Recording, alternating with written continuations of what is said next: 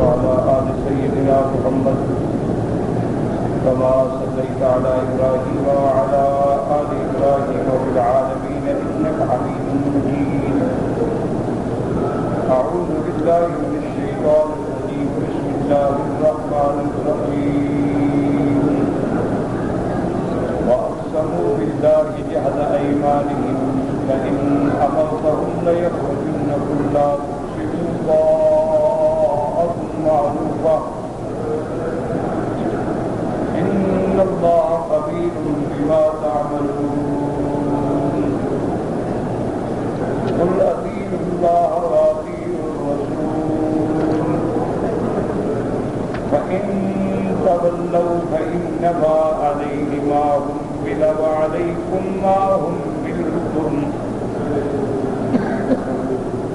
وإن تطيعوه تهتدوا وما على الرسول إلا البلاغ المبين. قال المؤلف المفسر رحمه الله تعالى: أدام النفع بعلومه وعلومكم في الدارين آمين. إلى أن قال: يقول تعالى مخبرا عن أهل النفاق الذين كانوا يحلفون للرسول صلى الله عليه وسلم لئن أمرتهم بالخروج في الغزو ليخرجن. اللہ تبارک و تعالیٰ نے ان آیات مبارکہ میں بھی منافقین جن کے احوال آپ پہلے پڑھ چکے ہیں ان کے بارے میں ارشاد فرمایا ہے. اللہ خبر دیتے ہیں منافقوں کے بارے میں کہ حضور کی خدمت میں آ کے وہ قسمیں کھاتے تھے. لئن أمرتهم بالخروج إلى الغزو، اگر آپ ہمیں حکم دیں گے جہاد میں چلنے کا تو ہم سب کو چھوڑ کے آپ کے ساتھ چلیں گے. اور بڑی بڑی قسمیں کھاتے تھے کہ یا رسول اللہ صلی اللہ علیہ وسلم آپ ہمیں حکم تو دیں، ہم سب گھر بار سب کو چھوڑ کے آپ کے حکم پہ چلنے کے لیے تیار.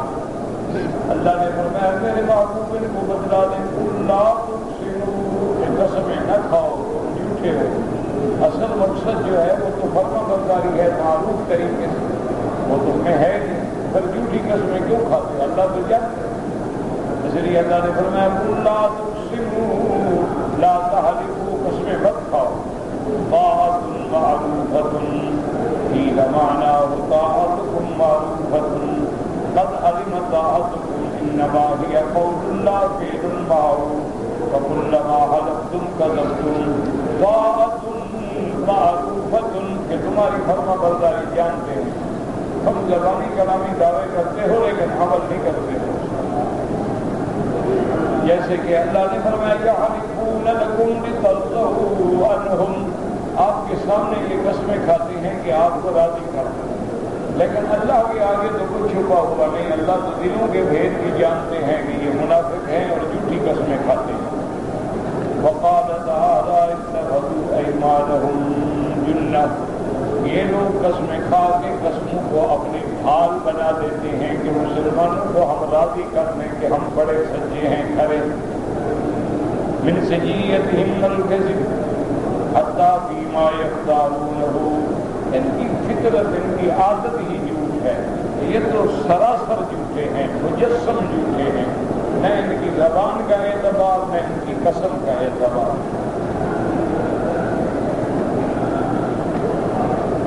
جیسے اللہ فرماتے ہیں الم تر الی الذین نافقوا یقولون لاخوانہم الذین کفروا من اہل الکتاب لئن اخرجتم لنخرجن معکم ولا نطیع فیکم احدا ابدا وإن قتلتم لننصرنكم والله يشهد إنهم لكاذبون.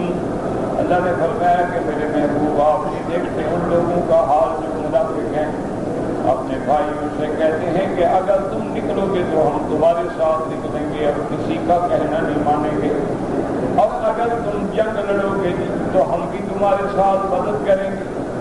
اللہ نے فرمایا واللہ یشہد انہم لکاذبون، اللہ گواہی دیتے ہیں کہ یہ جھوٹ بولتے ہیں، بالکل غلط کہتے ہیں. لئن اخرجوا لا یخرجون معهم، اگر وہ جہاد پہ نکلتے تو یہ ان کے ساتھ ہرگز نہ جاتے. وَلَئِنْ قُوتِلُوا لَا يَنْصُرُونَهُمْ، اگر وہ جہاد کرتے یہ مدد نہ کرتے. وَلَئِن نَّصَرُوهُمْ لَيُوَلُّنَّ الْأَدْبَارَ ثُمَّ لَا يُنصَرُونَ. اور اگر یہ نکلتے بھی پیٹ لے کے بھاگ جاتے، کیونکہ منافق جو ہیں نہ ان کے قول کا اعتبار، نہ ان کے عمل کا اعتبار، نہ ان کی قسم کا اعتبار. اللہ فرماتے ہیں طاعۃ معروفۃ. اس کے دو معنی ہیں. ایک ترجمہ یہ تھا کہ تمہاری فرما برداری ہم جانتے ہیں. ایک معنی یہ ہے کہ اصل مقصد ہے فرما برداری، کہ صحیح معنی میں اطاعت کی جائے اور تم نہیں کرتے. وقیل المعنى فی قوله طاعۃ معروفۃ أن يكن أمركم طاعة معروفة بالمعروف من غير حلف ولا أقسام. چاہیے تو یہ تھا کہ تم صحیح فرما برداری کرتے، سچی بات کہتے اور تمہیں قسمیں اٹھانے کی ضرورت بھی نہ پڑتی. جو سچا آدمی ہے اس کو قسم اٹھانے کی کیا ضرورت ہے؟ مجھے کیا ضرورت ہے میں قسم اٹھاؤں؟ میں جو کہہ رہا ہوں وہ حق ہے اور سچ ہے. كما يطيع الله ورسوله والمؤمنون بغير حلف. جیسے اللہ پر ایمان لانے والے جو سچے مومن ہیں وہ اللہ کے رسول کے حکم کی تعمیل کرتے ہیں، قسمیں نہیں اٹھاتے. فقولوا انتم مثلهم. اگر تم بننا چاہتے ہو تو سچے مومن بنو، سچے مسلمان بنو. ان اللہ خبیر بما تعملون. اے هو خبیر بكم وبمن يطيع ممن يعصي. اللہ پاک جانتے ہیں تم میں کون فرما بردار ہے اور کون نافرمان ہے. فالحلف وإظهار الطاعة والباطل بخلافه وإن زاد على المخلوق فالخالق تعالى يعلم السر وأخفى. تم جو قسمیں کھاتے ہو ظاہری فرما برداری دکھلاتے ہو اور باطن کے اندر اس کے خلاف ہے. یہ دھوکہ تم لوگوں کو تو دے سکتے ہو لیکن خالق کو دھوکہ نہیں دے سکتے ہو، کیونکہ خالق تو ہر چیز جانتے ہیں، تمہارے دلوں کے بھید بھی جانتے ہیں. لا يرجو علیہ شیء من التدلیس. تم چاہے لاکھ جھوٹی قسمیں کھاؤ تم اللہ کی ذات کو دھوکہ نہیں دے سکتے. بل هو خبیر بضمائر عباده وان اظہروا خلافها. وہ تو اس بندو کے ضمیر کے اندر بھی جو بات ہے وہ اس کو جاننے والے ہیں، اس بندو کے دل میں جو بات ہے وہ اس کو بھی جاننے والے ہیں. اس کے بعد اللہ نے حکم دیا قل اطیعوا اللہ واطیعوا الرسول. اللہ نے فرمایا میرے محبوب آپ ان کو فرما دیں کہ اللہ کی اطاعت کرو، اللہ کے رسول کی اطاعت کرو. اتبعوا کتاب اللہ. اللہ کے قرآن کی اطاعت کرو، سنت رسول صلی اللہ علیہ وسلم کی اطاعت کرو. اگر یہ مان لیں گے تو ان کا اپنا فائدہ ہے، یہ کامیاب ہوں گے. اور اگر یہ اللہ رسول کی نافرمانی کریں گے تو ان کو اللہ کا عذاب آئے گا. فَإِن تَوَلَّوْا وَيَتَوَلَّوْا عَنْهُ وَتَتْرُكُوا مَا جَاءَكُم بِهِ. اگر یہ اعراض کریں اور اس سے منہ پھیریں جو تم لائے ہو ان کے پاس. فَإِنَّمَا عَلَيْهِ مَا حُمِّلَ.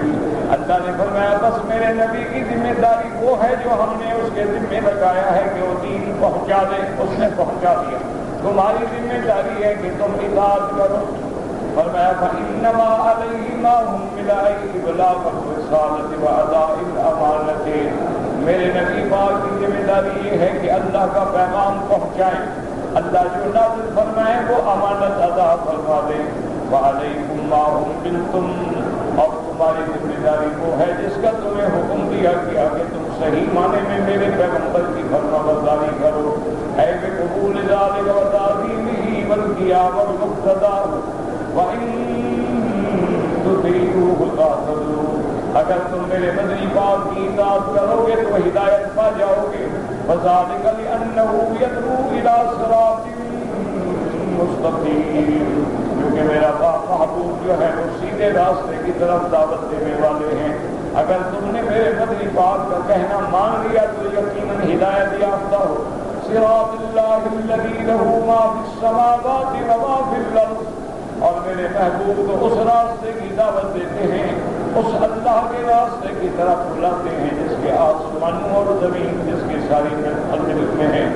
وقولہ وما علی الرسول الا البلاغ المبین. اور میرے پیغمبر کے ذمہ یہ ہے کہ کھول کے پہنچا دیں. کوئی مانے یا نہ مانے یہ ذمہ داری پیغمبر کی نہیں ہوتی. پیغمبر کے بعد علماء کی بھی یہ ذمہ داری ہے. علماء کی ذمہ داری ہے کہ وہ دیانتداری سے حق کی بات کو لوگوں تک پہنچائے. اب کوئی مان لے اس کا بھلا ہے، نہ مانے اس کا اپنا مسئلہ. اس لیے فرماتے ہیں فَإِنَّمَا عَلَيْكَ الْبَلَاغُ وَعَلَيْنَا الْحِسَابُ. میرے محبوب آپ کی ذمہ داری ہے کہ میرا فرمان پہنچانا، باقی حساب ہم ان کا ہمارے دل میں ہم خود کریں. جیسے فرمایا فَذَكِّرْ إِنَّمَا أَنْتَ مُذَكِّرٌ. آپ ڈرائیں وہ بس آپ کا کام اتنا ہے. لَسْتَ عَلَيْهِمْ بِمُسَيْطِرٍ. ہم نے ان پر آپ کو نگران تو نہیں بنایا کہ زبردستی ان کو ایمان ملے. آپ پہنچا دیں، مان لیں کامیاب ہیں، نہ مانیں خود دنیا و آخرت میں ناکام. قال وهب بن منبه أوحى الله إلى نبي من أنبياء بني إسرائيل يقال له شعيا أن كن في بني إسرائيل فإني سأطلق لسانك بوحي. فقام وقال يا سماء أسمعي ويا أرض أنصتي فإن الله يريد أن يقضي شأنا ويدبر أمرا فهو منبه أنه يريد أن يحول الريف إلى الفلاة والآجام في الغيثان والأنهار في الصحارى والنعمة في الفقراء والملك في الرعاة ويريد أن يبعث أميا من الأميين ليس بفضل ولا قليل ولا سخاب في الأسواق. وہب ابن منبہ فرماتے ہیں کہ اللہ تبارک و تعالیٰ نے اپنے پیغمبروں میں سے بنی اسرائیل کے انبیاء میں سے ایک نبی گزرے ہیں جن کا نام حضرت شعیا ہے. اللہ نے حکم دیا کہ تم کھڑے ہو کے داد خطاب کرو، میں تمہاری زبان پہ اپنی طرف سے القاء کروں گا. تو جب وہ کھڑے ہوئے تو انہوں نے فرمایا یا سماؤ اسمعی، آسمانو سنو، ویا ارض انصتی، زمین خاموش ہو جاؤ. اللہ تبارک و تعالیٰ فیصلہ فرمانا چاہتے ہیں، اللہ تبارک و تعالیٰ تدبیر عمل کرنا چاہتے ہیں اور وہ جو چاہیں وہ نافذ کر سکتے ہیں. اللہ چاہتے ہیں کہ تمہاری سبزیوں کو ویران کر دیں، تمہارے پانیوں کو اللہ تبارک و تعالیٰ ختم فرما دیں اور تمہاری نہروں کو صحرا میں بدل دیں اور نعمتوں کو فقر میں بدل دیں. اور اب تمہاری حکومت، تمہارا اقتدار جو ہے وہ عام لوگوں کے حوالے کر دیا جائے جو بکریوں کے چرواہے ہوں. وَيُرِيدُ أَن يَبْعَثَ أُمِّيًّا مِّنَ الْأُمِّيِّينَ. اور اللہ چاہتے ہیں کہ اپنا ایک پیغمبر بھیجیں گے ایسی قوم میں جو پڑھی ہوئی نہیں، اور وہ پیغمبر ایسے ہوں گے لَيْسَ بِفَضٍّ وَلَا غَلِيظٍ. نہ تو وہ سخت روح ہوں گے، نہ وہ سخت کلام ہوں گے، نہ وہ بازار میں شہر کرنے والے ہوں گے. لو یمر علی الصراط لم یطفئه من سکینتہ. اگر وہ کسی دیے کے ساتھ بھی گزرے ایسے آرام سے گزریں گے کہ دیا بھی نہیں بجھے گا. یعنی یہ نہیں کہ تکبر سے یوں چلیں اور کپڑے لہرا کے دیے بجھ جائیں. فلو یمشی علی القصب الیابس لم یسمع من تحت قدمہ. وہ اگر کسی خشک گنے کے پھوک پر بھی چلے تو قدموں کی آواز نہ آئے. آواز ہو بشیرا ونذیرا.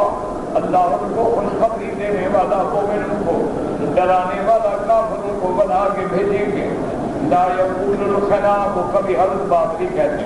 اب تعبیر عمین و آذانا صما.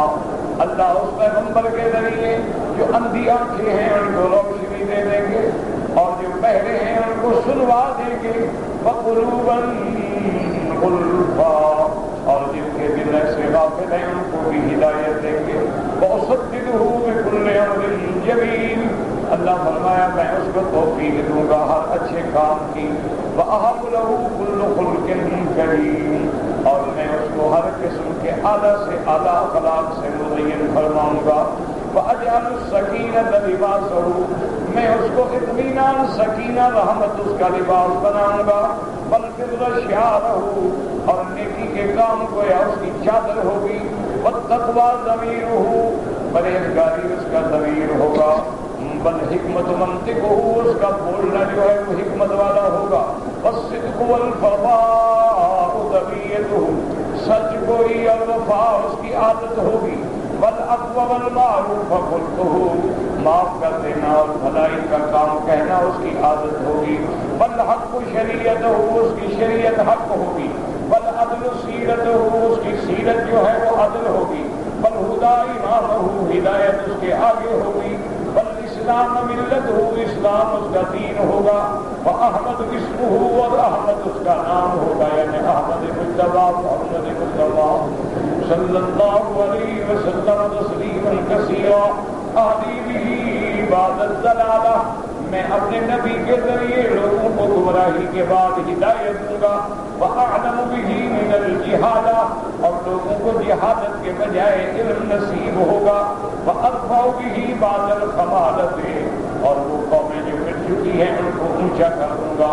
وَأَعْرِفُ بِهِ بَعْدَ النَّكْرَةِ، اور وہ قومیں جن کو کوئی نہیں پہچانتا میں پہچان والا بنا دوں گا، وَأَكْثِرُ بِهِ الْقِلَّةَ، اس کی قلت کو کثرت میں بدل دوں گا، وَأَغْنِي بِهِ بَعْدَ الْعَيْلَةِ، اس کو فقر کے بعد میں غنی بنا دوں گا، وَأَجْمَعُ بِهِ بَعْدَ الْفُرْقَةِ، اور جدائی کے بعد ان کو ملا دوں گا، وَأُؤَلِّفُ بَيْنَ أُمَمٍ مُتَفَرِّقَةٍ، مختلف جماعتوں میں محبت پیدا کر دوں گا، وَقُلُوبٍ مُخْتَلِفَةٍ، مختلف دلوں میں محبت پیدا کر دوں گا، وَأَحْوَاءٍ مُتَشَدَّدَةٍ، مختلف خیالات ختم ہو کے دین اسلام پہ آئیں گے، وَاسْتَنْقِذُ بِهِ فِئَامًا مِنَ النَّاسِ عَظِيمًا مِنَ الْحَلَقَةِ، میں اپنے اس پیغمبر کے ذریعے بڑی بڑی جماعتوں کو ہلاکت سے نکالوں گا، وَأَجْعَلْ أُمَّتَهُ خَيْرَ أُمَّةٍ أُخْرِجَتْ لِلنَّاسِ، میں اس کی امت کو ایک ایسی امت بناؤں گا جو ساری امتوں سے افضل ہوگی،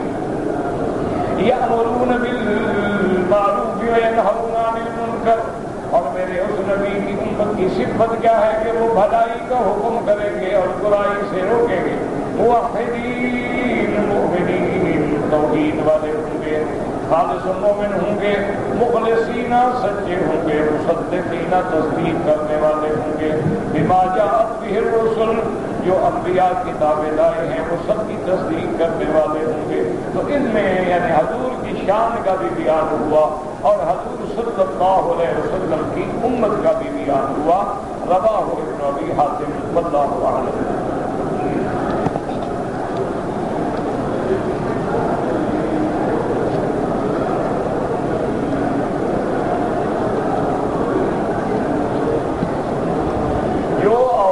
حج پہ آئی ہیں، مسئلہ اچھی طرح سمجھیں، ان کے لیے افضل یہ ہے کہ وہ اپنے گھر میں نماز پڑھیں، گھر میں نماز پڑھنے کے ثواب زیادہ ہوتا ہے،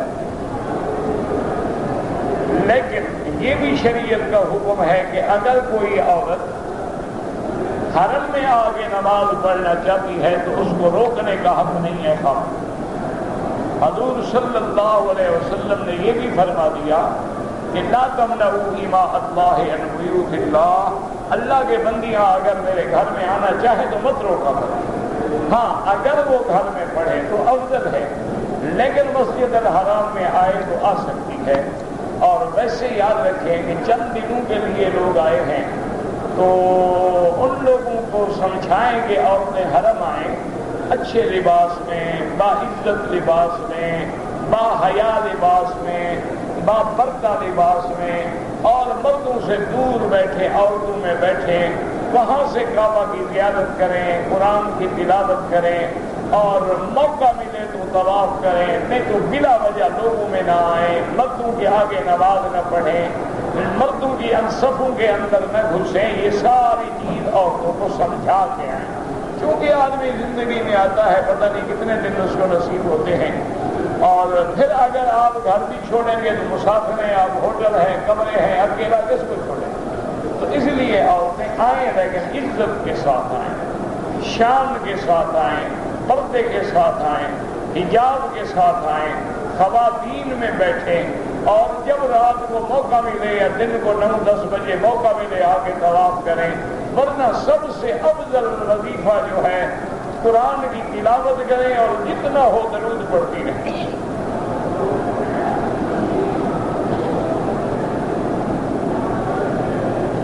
اللہ کے بندے سیدنا آدم علیہ السلام کو جب اتارا گیا، پہلی بات یاد رکھو کہ اس کا ذکر قرآن پاک میں نہیں ہے۔ اللہ نے حکم دیا کہ بس اترو، قل نہبطوا، ہم نے حکم دیا کہ اترو۔ اب بعض کتابوں میں آتا ہے کہ آدم علیہ السلام ہند میں اترے، لیکن یہ محض روایات اسرائیلیہ ہیں جن کا کوئی اعتبار نہیں، اور نہ اس دور کی کوئی تاریخ یا کوئی کتاب محفوظ ہے۔ اور پھر یہ بات ہے کہ ہمیں اس بحث میں پڑھنے سے ملے گا کیا، مجھے یہ بتا، ٹھنڈے دل سے غور کریں۔ جو چیز ضروری ہو اللہ قرآن میں بیان کر دے، جو چیز حضور کی امت کے لیے ہدایت کا ذریعہ ہو اللہ اپنے نبی کی زبان پہ بیان کر دیتے ہیں، اور جس چیز کا ہماری ہدایت سے کوئی فائدہ نہیں، ہند میں اترے، عرب میں اترے، سری لنکا میں اترے، کہیں اترے، ہمیں کیا ہے؟ تو ایسی چیزوں کو اللہ نہ قرآن میں ذکر کرتے ہیں اور نہ فرمان نبی میں ہوتی ہے۔ یہ بلا وجہ دماغ کھپانے کی بات ہے۔ تم اپنے دین کو مضبوط کرو، ایمان کو مضبوط کرو، نمازیں سیکھو۔ آدم جہاں اترے تھے تمہیں کیا تکلیف ہے؟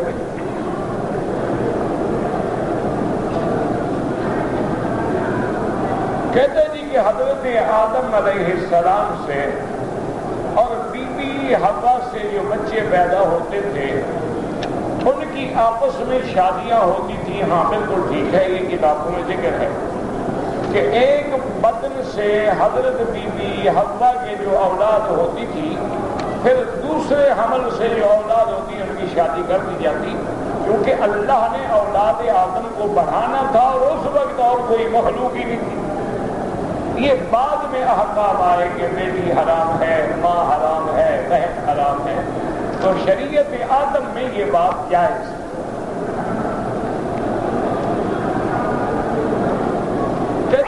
چپلیں پرانی جو ہیں بلدیہ والے لے کے پھینک دیتے ہیں، وہ ہم پہن لیں۔ اگر آپ غریب ہیں، نئی نہیں خرید سکتے، مجبور ہیں تو پہن لیں۔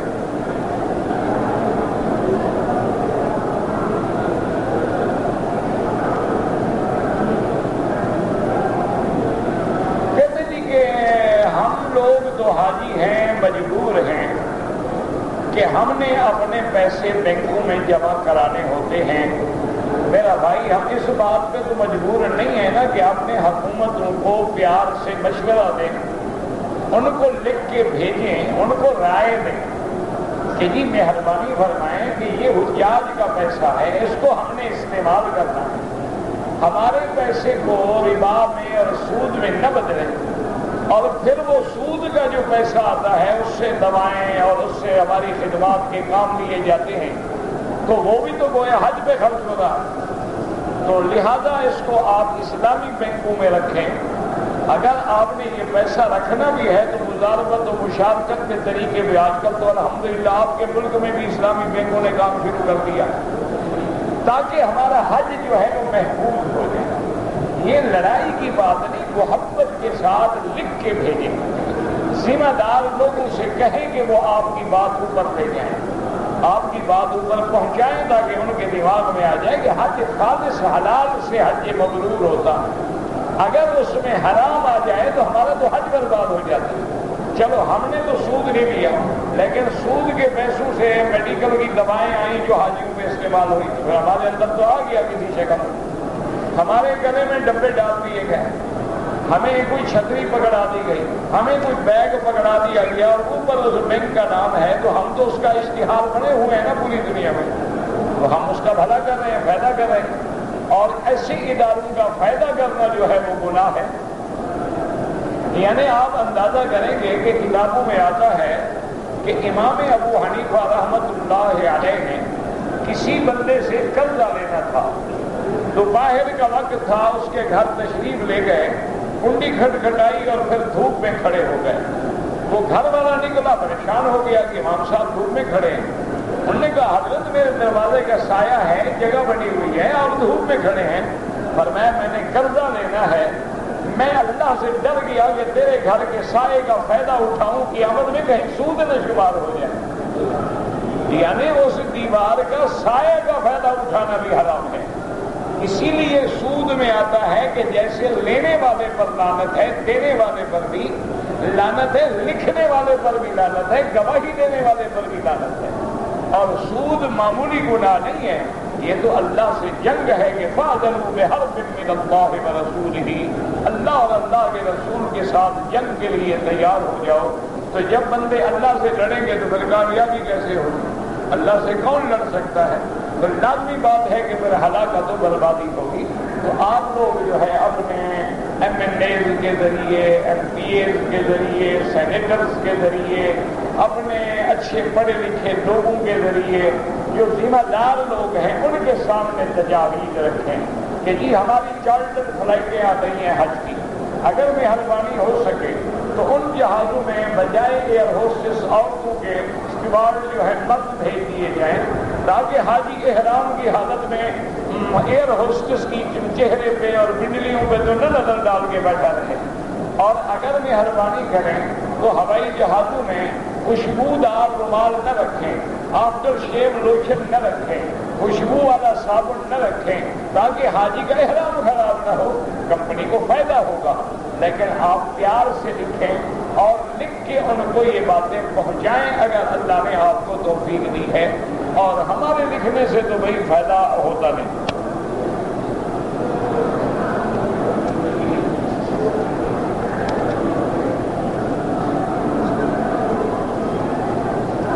کہتے جی کہ میں سعودی عرب میں رہتا ہوں، اصل میں بنگلہ دیش سے ہوں، مجھے 12 سال ہو گئے۔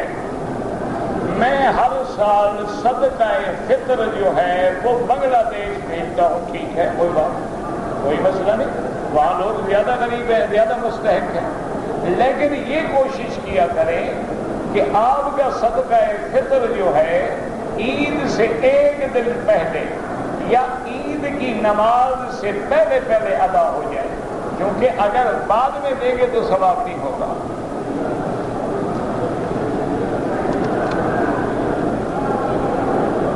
کہتے ہیں جی کہ جنازے کی نماز میں مذہبی اختلاف کیا ہے؟ کوئی اختلاف؟ کس نے کہا ہے جنازے میں اختلاف؟ سب 4 تکبیریں کہتے ہیں، حنفی، شافعی، مالکی، حنبلی سب کہتے ہیں، کوئی اختلاف؟ کسی نے ایک سلام پھیر دیا، کسی نے 2، تو کوئی اختلاف تو نہیں۔ سلام ایک پھیرنے سے بھی نماز پوری ہو جاتی ہے۔ یہ کس نے کہا ہے کہ آپ کو اختلاف ہے؟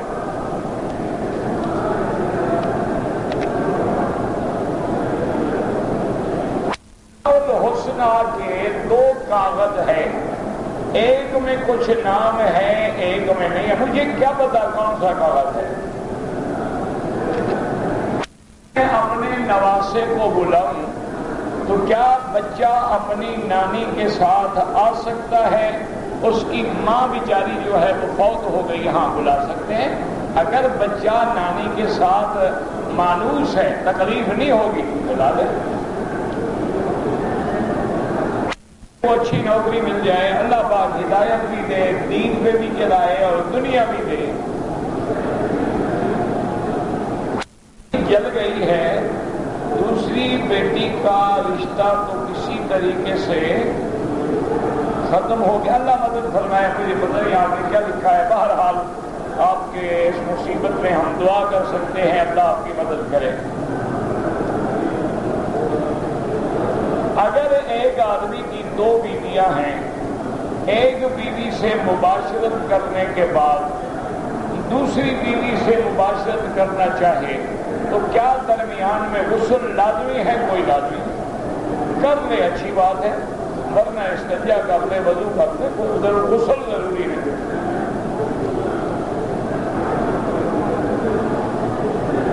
کہتے جی کہ مغرب کے بعد جو ہے جتنا جلدی درس شروع ہو، انشاءاللہ آپ دعا کریں، اللہ صحت دے، ہمت دے، تو حجاج کرام کی خدمت کے لیے انشاءاللہ، کیونکہ یہ درس جو ہے یہ سبق ہے تفسیر ابن کثیر کا، تو اب اس کو درمیان میں چھوڑتے ہوئے بندہ اچھا نہیں لگتا، تو کل انشاءاللہ اس کو ہم ختم کر دیں گے، پھر اس کے بعد حاجیوں کی خدمت کی تقریریں ہوں گی انشاءاللہ جمعہ۔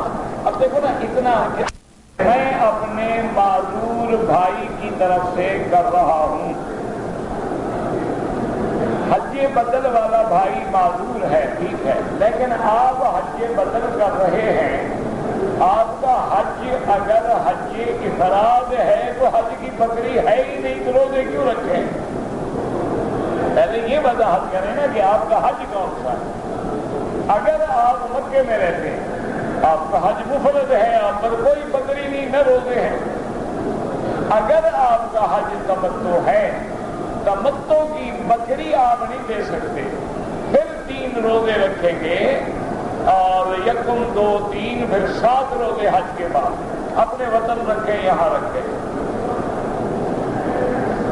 کہتے جی کہ سورج نکلنے کے بعد اشراق کی نماز جو ہے وہ فوراً پڑھی جا سکتی ہے؟ نہیں، سورج نکلنے کے کم از کم 20 منٹ کے بعد نماز اشراق کا وقت ہوتا ہے۔ ایک ہے مثلاً آپ نے 2 رکعت پڑھنی ہے طواف کی، وہ تو سورج نکلنے کے بعد آپ پڑھ سکتے ہیں، اس کے بعد 20 منٹ انتظار کر کے اشراق پڑھیں۔ طواف کی 2 رکعت جو ہیں وہ امام ابو حنیفہ رحمۃ اللہ علیہ کے نزدیک واجب ہے، یعنی واجب الطواف۔ یعنی کیا معنی؟ اگر کوئی بندہ نہیں پڑھ سکا تو اس کو بعد میں بھی پڑھنی ہو، لیکن امام احمد بن حنبل رحمۃ اللہ علیہ اور امام شافعی رحمۃ اللہ علیہ کے نزدیک سنت ہے۔ وہ فرماتے ہیں کہ 2 رکعت طواف کے بعد پڑھے گا تو ثواب ہے، اگر نہیں پڑھا تو کوئی حل نہیں، طواف ٹھیک ہو جائے گا۔ لیکن امام ابو حنیفہ رحمۃ اللہ علیہ فرماتے ہیں کہ وہ عمل جو حضور پاک نے کبھی نہ چھوڑا ہو تو گویا فرض کے بعد وہ واجب کے درجے میں آ جاتا ہے، تو لہذا وہ یہ فرماتے ہیں کہ ایسی ہمیں کوئی روایت نہیں ملتی کہ حضور پاک نے طواف تو کیا ہو لیکن 2 رکعت نہ پڑھی ہو، تو اس لیے معنی یہ ہے کہ حضور نے اس پہ التزام کیا ہے اور کبھی نہیں چھوڑا ہے، تو وہ واجب کے درجے پہ چلا جاتا ہے۔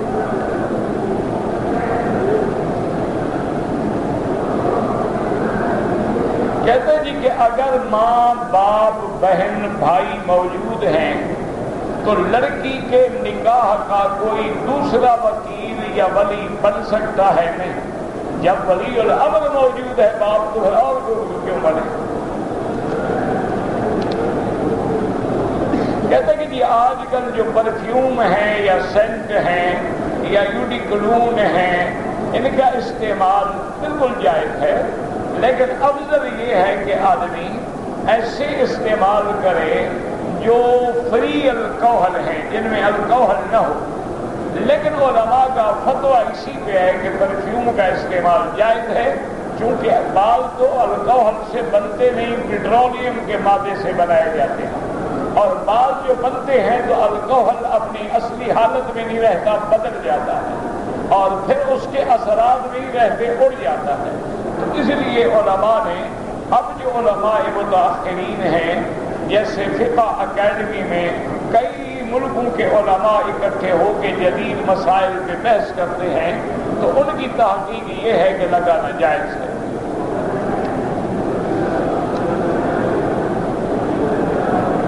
اگر ایک آدمی کو پیشاب کی بیماری ہے اور قطرے حتیٰ کے نماز پڑھتے ہوئے بھی بیچارے کے نکل جاتے ہیں، تو اس کے لیے طریقہ یہ ہے کہ مثلاً مغرب کی نماز کا وقت ہو گیا تو وہ وضو کر لے اور انڈر ویئر پہن لے، اس کے بعد نماز پڑھتا رہے، طواف کرتا رہے، چاہے وہ قطرے نکلتے رہے، پھر جب عشاء کی نماز کا وقت آئے تو دوبارہ وضو کرے اور اپنے انڈر ویئر کو بھی تھوڑا سا دھو لیا اور پھر پہن لیا۔ طواف جب شروع کریں گے تو بسم اللہ اللہ اکبر وللہ الحمد، اور اسی طرح جب ختم کریں گے تو بسم اللہ اللہ اکبر وللہ الحمد۔ عصر کی نماز کے بعد اگر ہم طواف کریں تو حنفی مسلک میں 2 رکعت مغرب کے بعد پڑھیں، اور امام احمد بن حنبل اور امام شافعی رحمۃ اللہ کے نزدیک مکہ مکرمہ میں جب طواف کرو نماز پڑھ سکتے ہیں، اس لیے روکنے کا کوئی مسئلہ ہی نہیں۔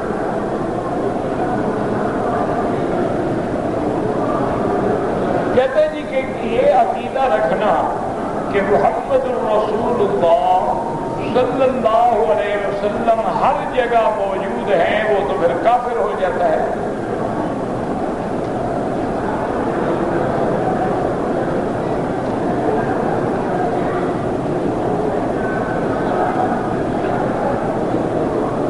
هذا سؤال باللغة العربية، فإذا سألت من الشيخ الذي على جانب اليمين أفضل، كأن المرأة اعتمرت ولما بعض مقامات پہ دونوں طرف سے مسلمان بڑھ رہے ہیں، دعا کرو اللہ مشکلیں حل فرما دے، اللہ تبارک و تعالی دشمنوں کے سازشوں سے بچا دے، اللہ مسلمانوں کو صحیح فیصلوں کی توفیق عطا فرمائے، اور اللہ تبارک و تعالی عالم اسلام کی حفاظت فرمائے۔ کہتے جی کہ پاکستان میں بینک سے قرضہ لے کے کاروبار کرنا، مجھے کیا پتا اگر بینک سود لیتا ہے تو حرام ہے۔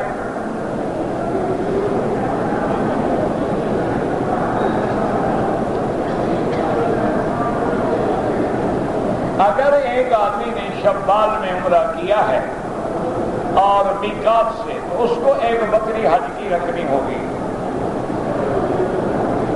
4 آسمانی کتابیں ہیں، یہی مشہور ہے، صرف 4 تو نہیں ہے، 123 کتابیں ہیں، یہ تو 4 مشہور ہیں۔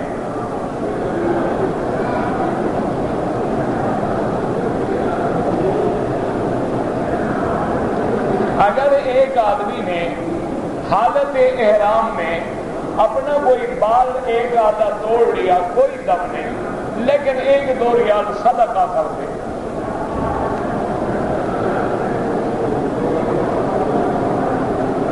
کہتے جی کہ غار ثور یا غار حرا پہ جانا ضروری نہیں، نہ یہ حج کے مناسک میں شامل ہے۔ اب لوگ جا کے بڑی بدعات کا ارتکاب کرتے ہیں، کوئی وہاں خط لکھتا ہے، کوئی اپنا فوٹو ڈالتا ہے، کوئی کپڑے پھاڑ کے وہاں کسی پتھروں سے باندھتے ہیں، یہ سارے بدعات ہیں۔ تو بہرحال اگر جانا ہو تو پھر بدعت کی نیت نہ ہو، خالصتاً یہ کہ بھی اس مقام پہ حضور تشریف لے گئے تھے، ہم بھی دیکھ آتے ہیں۔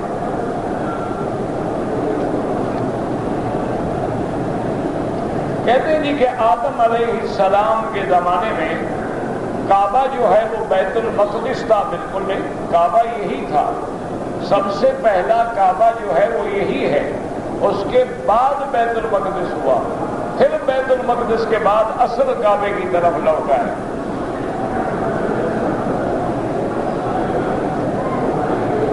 یہ تم سنا ہوں لگا رکھا ہے، پتہ نہیں کیا کریں، آدم پہ صحیفے نازل ہوئے، اللہ عالم۔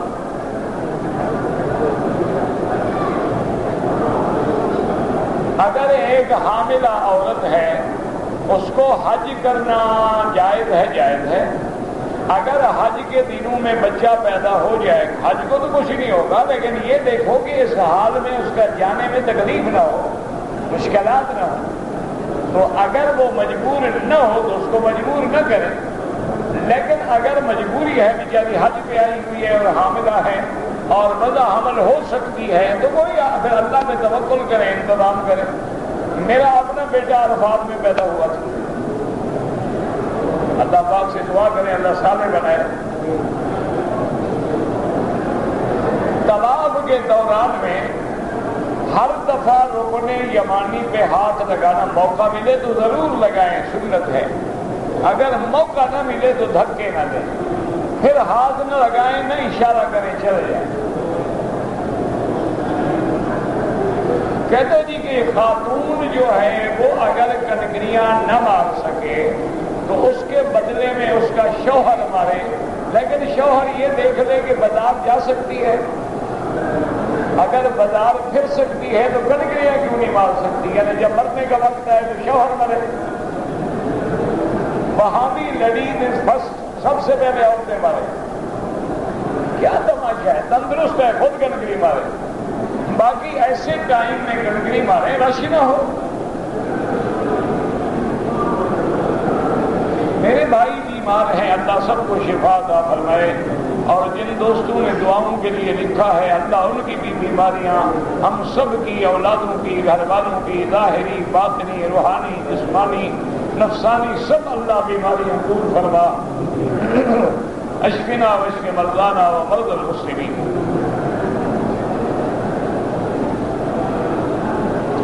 میرے والد ضعیف ہیں، میں ان کی اجازت سے حج بدل کر رہا ہوں، بڑی اچھی بات ہے، آپ کو بھی اللہ پورے حج کا ثواب دیں گے اور والد کو بھی پورے حج کا ثواب دیں گے۔ آپ جب بھی نیت کریں، احرام باندھیں، مینا عرفات، دل میں نیت ہو کہ سب میرے والد کے لیے۔ صاحبان جو ہیں وہ زمزم سے کفن دھوتے ہیں، جو مرضی آئے کرے، بہرحال شریعت کا کوئی حکم نہیں۔ حاجی کسی کی مانتا ہے بتا؟ میں نے پہلے 3 دفعہ حج کیا ہے، اس دفعہ حج کا ارادہ ہے، قربانی کروں گا یا نہیں یہ تو حج دیکھنا ہوگا نا، مفرد ہے تو نہیں کرو گے، تمتع ہے تو کرو گے۔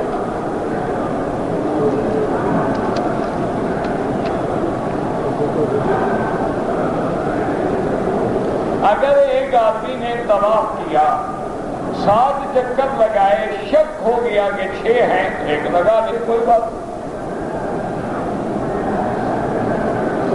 اگر ایک آدمی کی ہوا خارج ہو جائے تو وضو ٹوٹ جائے گا، استنجا نہیں کرے گا، وضو کرے گا۔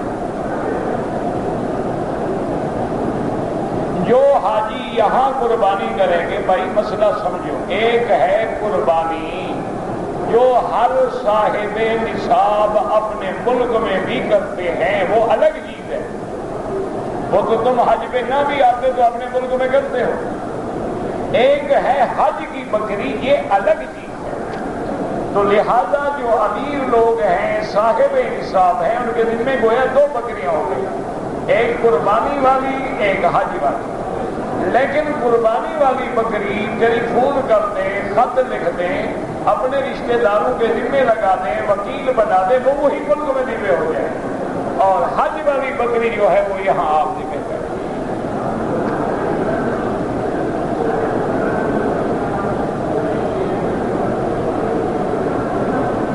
شوہر پر حج صاحب استطاعت ہے تو حج فرض ہے، ماں باپ اگر غریب تھے ان پہ حج فرض نہیں ہے، بیوی اگر غریب ہے تو حج فرض نہیں ہے۔ اگر شوہر غنی ہے تو بیوی کو بھی پیسے دے کے کرا دے تو مہربانی ہے اس کی۔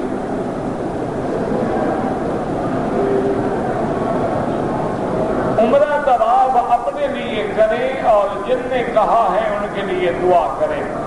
اگر طواف اور صفا مروہ دوڑنے میں ہم اردو زبان میں دعا کریں، جس زبان میں چاہو کرو، اللہ سمجھتے ہیں۔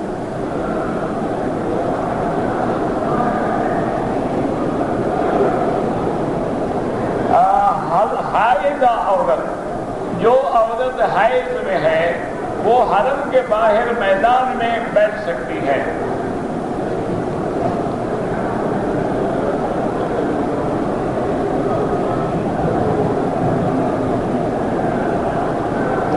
اگر کہتا ہے پھپھی کے ساتھ آیا ہوں، میں نے عمرہ کر لیا مگر میری پھپھی کی طبیعت خراب ہو گئی، ہوٹل چلی گئی، احرام اتار دیا، ان پہ دم ہو گیا۔ بھائی عورت کا احرام ہوتا ہی نہیں تو کیا اتار دیا؟ وہ جو رومال باندھا ہوا ہے وہ تو خود باندھا ہوا ہے، شریعت میں تو کوئی احرام نہیں۔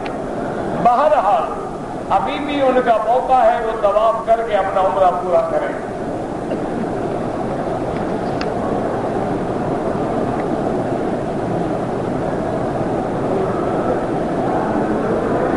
میں حج آرگنائزر ہوں، حج کے لوگوں نے مجھے پیسے جمع کرائے ہیں بکریوں کے لیے، تو کیا ان کے کچھ پیسے کسی فلاحی ادارے کو بھیج دوں؟ نہیں، حج کی بکری کے بدل میں 1 لاکھ ریال بھی دو تو حج کی بکری ادا نہیں ہوگی، لازماً بکری دینی ہوگی۔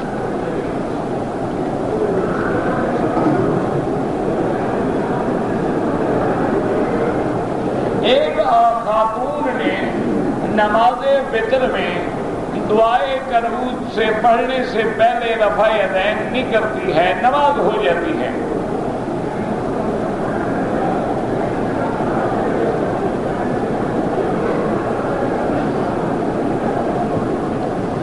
زید نے مجھ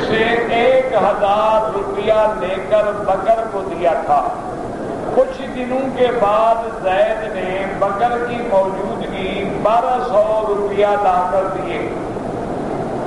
میں نے اصل رقم لے لی اور 200 واپس کا ٹھیک کیا. آپ کا حق بھی اصل لینے کا ہے، زائد تو حرام ہے.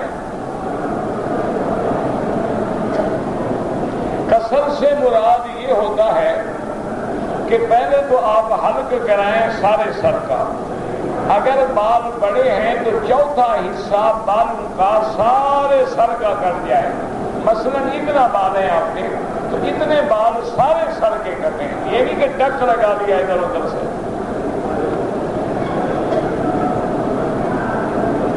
کہتے ہیں کہ حج عمرے کے علاوہ جو کوئی سر مڈائے تو رسول اللہ نے فرمایا کہ اس سے میرا کوئی تعلق نہیں، کوئی حدیث نہیں. حضرت علی ہمیشہ سر مڈواتے تھے.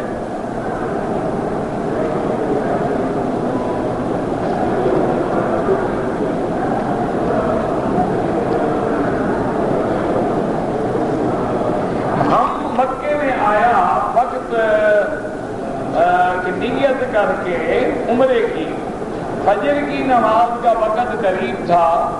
والد نے کہا طواف کر لے. میں نے طواف کر لیا. بعد میں صفا مروہ دوڑ لی. اب عمرہ ٹھیک ہو گیا.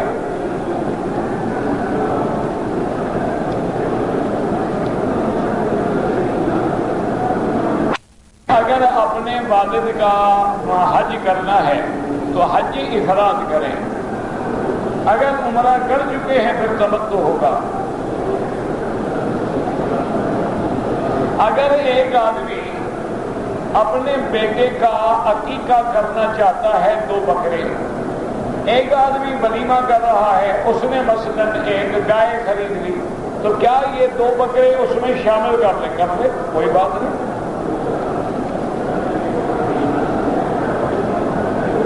اللہ کے رسول وہ ہوتے ہیں جو صاحب شریعت اور صاحب کتاب ہو. نبی صاحب کتاب نہیں ہوتے.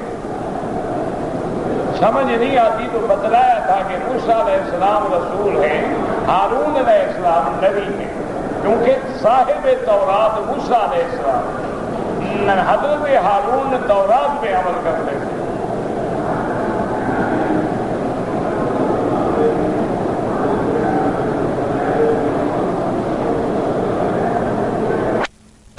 کوشش کر رہے ہیں کہ جس کی عمر جو ہے 100 سال ہے وہ 200 سال ہو جائے گی. کچھ بھی نہیں کر سکتے. ان اجل اللہ اذا جاء لا یؤخر. نہ عمر بڑھ سکتی ہے نہ کم ہو سکتی ہے.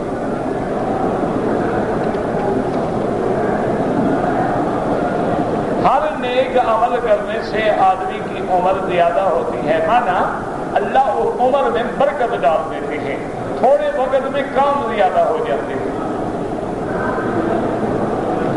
یہ پہلے ہو چکا تھا رکھا ہوا.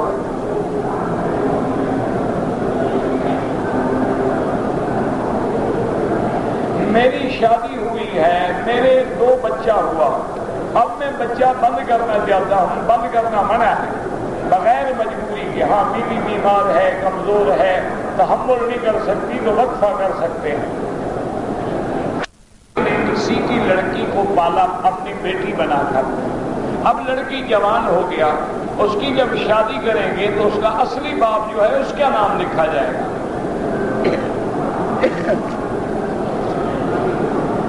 اگر مسافر ہے، فرض نماز 4 رکعت کے بجائے 2 رکعت ہے، یعنی قصر کرے. سفر کے اندر قصر ہے. سنتیں اور نفل معاف ہیں. اگر پڑھنا چاہو تو پھر سنتیں پوری پڑے گا، ان میں قصر نہیں ہوگی.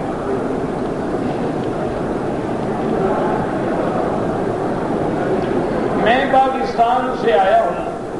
میں نے جدہ ایئرپورٹ پہ نیت کی اور احرام بھی بند کیا، پھر عمرہ کیا تو انشاءاللہ ایک بکری دم ہو گیا کہ آپ کو پاکستان سے احرام باندھنا چاہیے.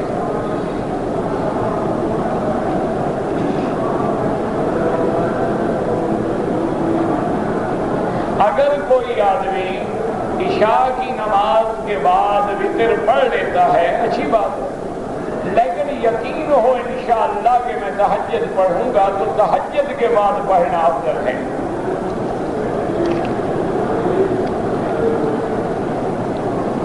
اگر ایک آدمی نے عمرے کرنے کے بعد اپنے بال خود کاٹ لیے ٹھیک ہے، کوئی بات نہیں،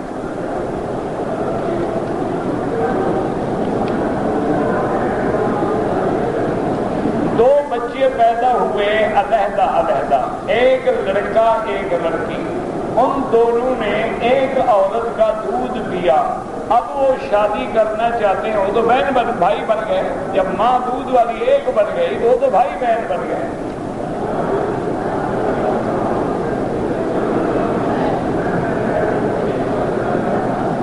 اللہ کا کعبہ 250 سال نہیں، اللہ تبارک و تعالیٰ کا کعبہ حضرت آدم کے پیدا ہونے سے بھی 2000 سال پہلے بنا تھا۔ یہی کعبہ، بیت المقدس نہیں، اول بیت وضع للناس۔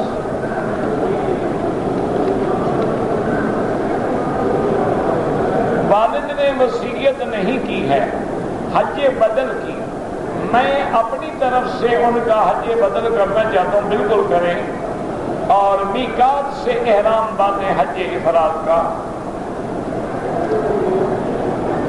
طواف کا ثواب ہر حال میں عمرے سے زیادہ ہوتا ہے، اس عمرے سے جو یہاں مسجد عائشہ سے کریں۔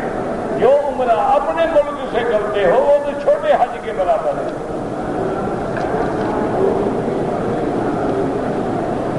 میرے والد حج کا ارادہ رکھتے تھے، وفات پا گئے اور حج نہیں کر سکے، تو میں ان کا حج بدل کروں، بالکل کریں۔ دادی صاحبہ کا کوئی حقیقی پوتا نہیں ہے، اگر آپ ان کے لیے حج بدل کریں بالکل کریں، دادی بھی ماں ہے۔ کہتے ہیں جی کہ یہ ہمیں کیسے معلوم ہو کہ ہمارا حج قبول ہوا یا نہیں ہوا؟ بالکل معلوم ہو سکتا ہے۔ حج کے بعد اگر آپ کے عقیدہ عمل ٹھیک ہو گیا سمجھو قبول ہو گیا، اگر پہلے سے بھی بگڑ گیا سمجھو مردود ہو گیا۔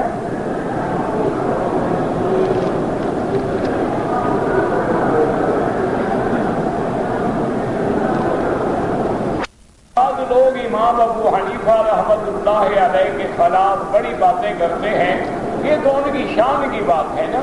پتھر اسی درخت کو مارے جاتے ہیں جس پہ پھل ہوگا، جس پہ پھل ہی نہ ہو کون پتھر مارتا ہے؟ تو صحابہ کی کتنی مخالفت ہوتی ہے، تو آپ جتنی مخالفت کریں گے ان کی شان بلند ہوگی۔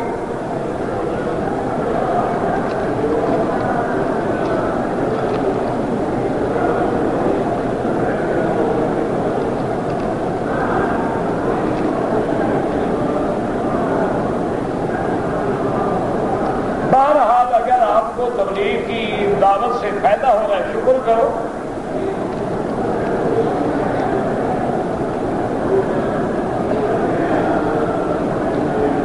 کہتے جی کہ اقتصادیات پر یہودیوں کا بری طرح اثر ہے، دعا کرو نا اللہ مسلمانوں کو ہمت دے، علم دے، طاقت دے کہ وہ اپنے بینک قائم کریں، اپنے عالمی سطح پہ مقابلہ کریں۔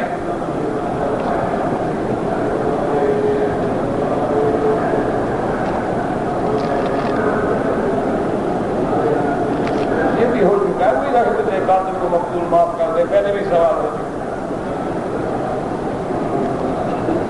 جو لوگ انشاءاللہ قربانی کریں گے یا حج کی بکری رکھیں گے ان کے لیے افضل یہ ہے کہ یکم ذی الحج کے بعد وہ حجامت نہ بنائیں، پہلے اپنی بنا لیں، اپنے آپ کو اسی حال میں رہیں، تاکہ کم از کم ان کی شکل تو حج والی بن جائے۔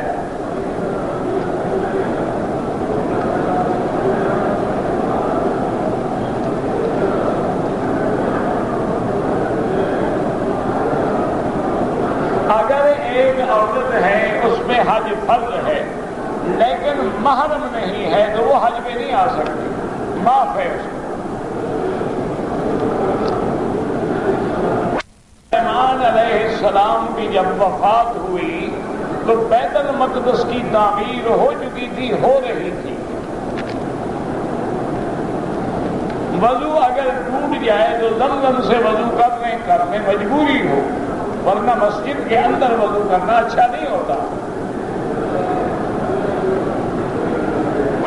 دوران میں اپنی آنکھوں کو بند کریں، نہیں بند کریں، آپ سجدے کی جگہ پہ نظر ڈالیں، پڑھنے میں غور کریں، دل اس میں لگے گا۔ آنکھیں بند کرنے سے کیا ہوتا ہے؟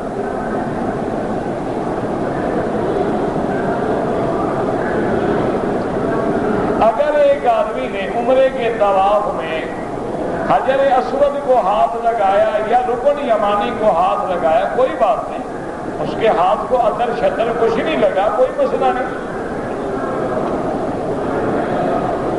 اگر ایک آدمی بوڑھا ہے، مدینہ منورہ سے آیا اور عمرہ نہیں کیا، اس کی نیت بھی عمرے کی نہیں تھی، تو پھر تو بچ جائے گا۔ اگر نیت عمرے کی تھی تو پھر عمرہ بھی کرنا ہوگا اور دم بھی دینی ہوگی۔ حضرت حسین کی بیوی کا کیا نام تھا اللہ کو پتا، مجھے تو پتا ہے نہیں۔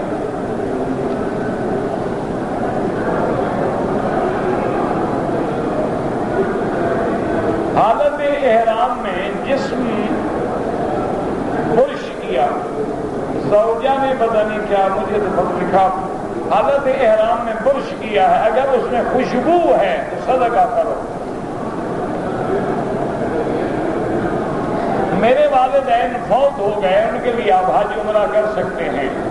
عورتیں نماز جنازہ پڑھیں، بالکل پڑھیں، عورت مر جائے ہم پڑھیں، وہ کیوں نہ پڑھے آخر؟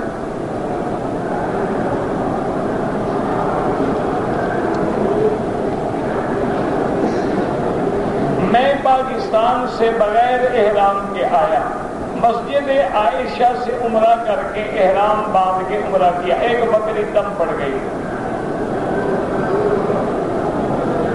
میں شہر ابلج سے مدینہ منورہ آیا، احرام باندھا، مکے میں عمرہ کیا، اب آپ کا حج تمتع ہوگا انشاءاللہ۔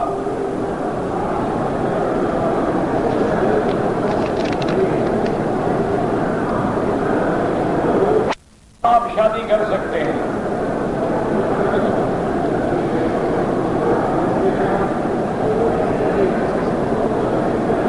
خالہ کو جمع نہیں کر سکتے بھانجی کے ساتھ۔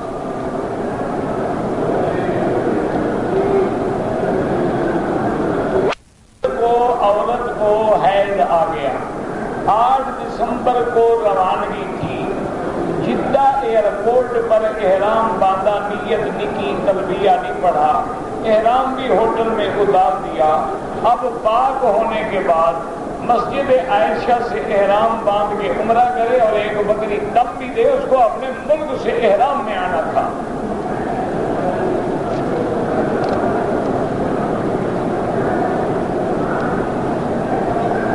کہتے جی کہ آپ اوپر بیٹھے، انشاءاللہ دعا کریں کہ اوپر بھی ہو جائیں گے نا، ایسا ایسا ہونا۔ کہتے جی ہمیں آواز نہیں آتی، انشاءاللہ آئے گی، آپ دعا تو کریں۔ بہرحال احرام میں 2 آدمی جب فارغ ہو جائیں تو ایک دوسرے کی حجامت کر سکتے ہیں۔ اگر آپ پڑھے لکھے ہیں تو مناقب ملا علی قاری رحمۃ اللہ علیہ کی کتاب دیکھ کے پڑھ لیں۔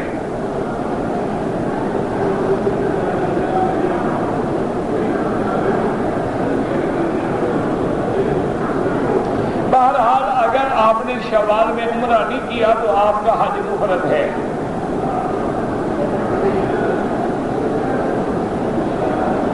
آپ نے شوال میں عمرہ نہیں کیا، آپ کا حج مفرد ہے، کوئی بکری نہیں۔ کہتے ہیں جی کہ ہم جب عرفات میں جائیں گے، ظہر اور عصر کی نماز جو ہے حنفی مسلک والے مسجد میں جا کے ان امام کے پیچھے پڑھیں، بالکل اگر امام کے پیچھے ملے تو سب سے افضل ہے کہ خطبہ بھی سنیں، وہاں جا کے نماز بھی پڑھیں، اور وہ ظہر اور عصر ملا کے پڑھائیں گے اور قصر پڑھائیں گے، آپ بھی اسی طرح پڑھ لیں، جھگڑوں میں نہ پڑے مسائل کے۔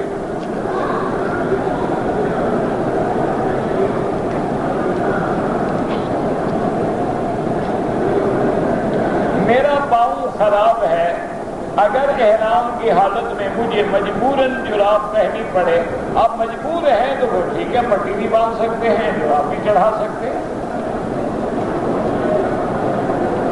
پاکستان کے لیے اور زلزلہ والوں کے لیے تو دل سے دعائیں مانگتے ہیں، ہمیشہ مانگتے ہیں، الحمدللہ۔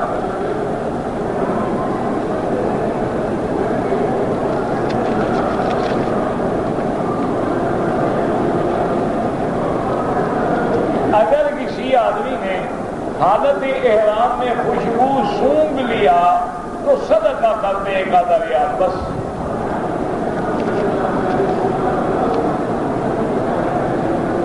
کوئی شخص حج کے لیے آئے، اس کے رشتہ دار اس کے ساتھ اچھا سلوک نہیں کرتے، دعا کرو اللہ ہدایت دے، اور کیا کرو.